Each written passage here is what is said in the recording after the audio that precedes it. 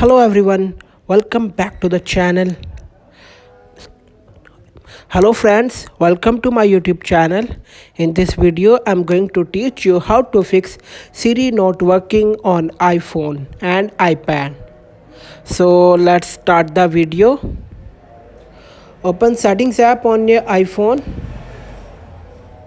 Scroll down and tap on Accessibility.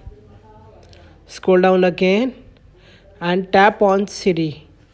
Here turn on type to Siri and select always under the spoken response, and then turn on always listen for Hi Siri and show apps behind Siri.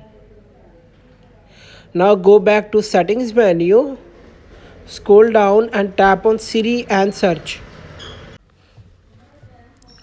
Here click on Siri and deduction history. Click on delete Siri and deduction history. Click on delete Siri and deduction history to confirm. Now go to back menu and click on Siri voice.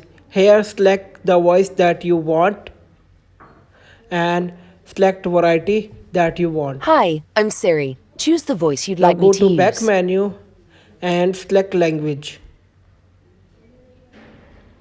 After that, turn on listen for Hi Siri and press side button for Siri. And then set up Hi Siri.